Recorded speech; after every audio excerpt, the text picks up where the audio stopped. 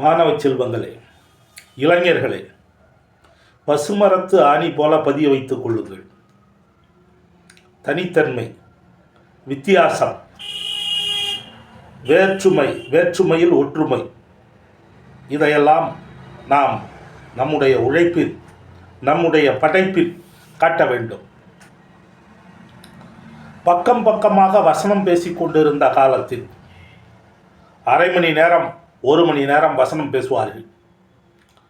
50 பாடல்கள் 100 பாடல்களை மனப்பாடம் பண்ணி ஒப்பிப்பாங்க.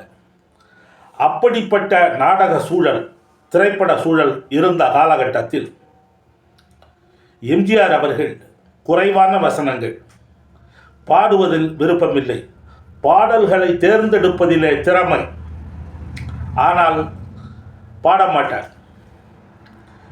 வசனங்கள் குறைவாக இருக்க வேண்டும், ஆனால் கூர்மையாக இருக்க வேண்டும்.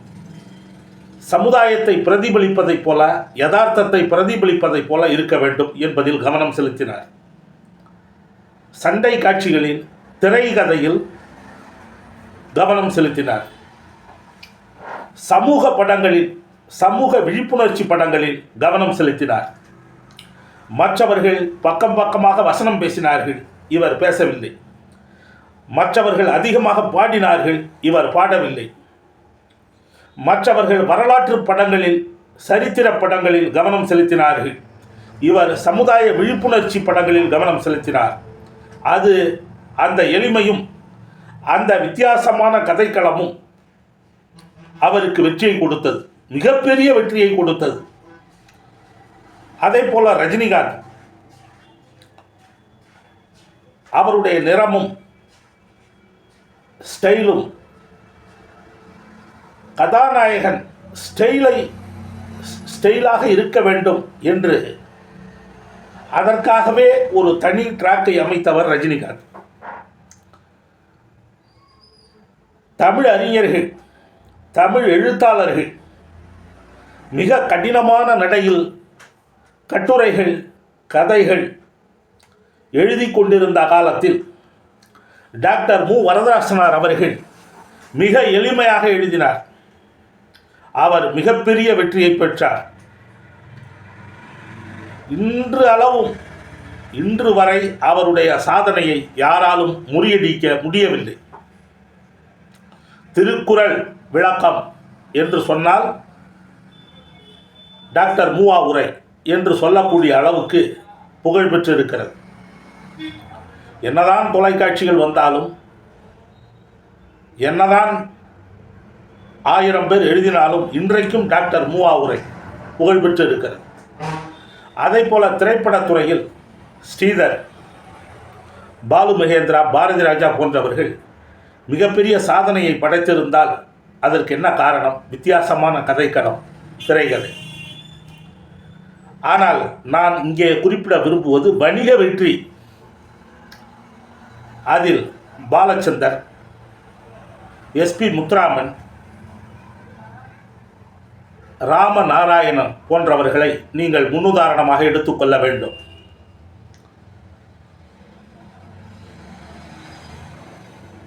நூறு படங்களுக்கு மேல் இயக்கினார் ராமநாராயணன். ஒரு வெற்றி பெற்ற இயக்குனராக வாழ்ந்து காட்டினார். அவர்தான் இயலிசை நாடக மன்றத்திற்கு தலைவராக வர முடிந்ததே தவிர பீம்சிங்கோ, பந்துலுவோ, பாலு மகேந்திராவோ அப்படிப்பட்ட வரிசையில் வரக்கூடியவர்கள் இயலிசை நாடக மன்றத்திற்கு தலைவராக வர முடியவில்லை. அதே போல எஸ்பி முத்துராமன் அவர்கள் ஏறத்தாழ 100 படங்கள்.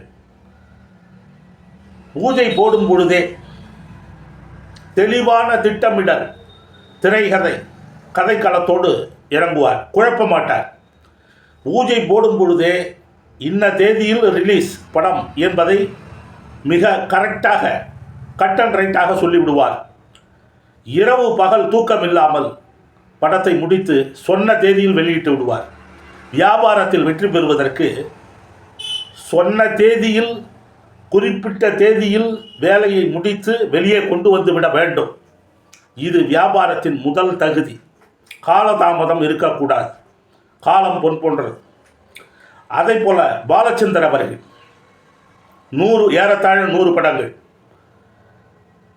அதிலும் ராமநாராயணன் கூட கொஞ்சம் கமர்ஷியலாக வணிகத்தில் கவனம் செலுத்தினார்.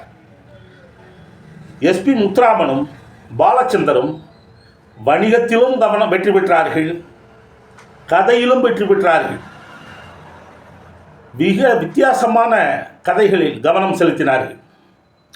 ஆகவே தனித்தன்மை என்பது முக்கியம். தோசை கடை என்று வைத்தார்கள் பெயரை. அதை போல விதவிதமான தோசைகள் அந்த கடையில். சாப்பிட வாங்க என்று வித்தியாசமாக பெயர் வைத்தால் மட்டும் போதாது, உண்மையிலேயே அந்த கடையில் சாப்பாடு தரமாக இருக்கும். இப்படி எல்லாவற்றிலுமே ஒரு தனித்தன்மையை கடைபிடிக்க வேண்டும்.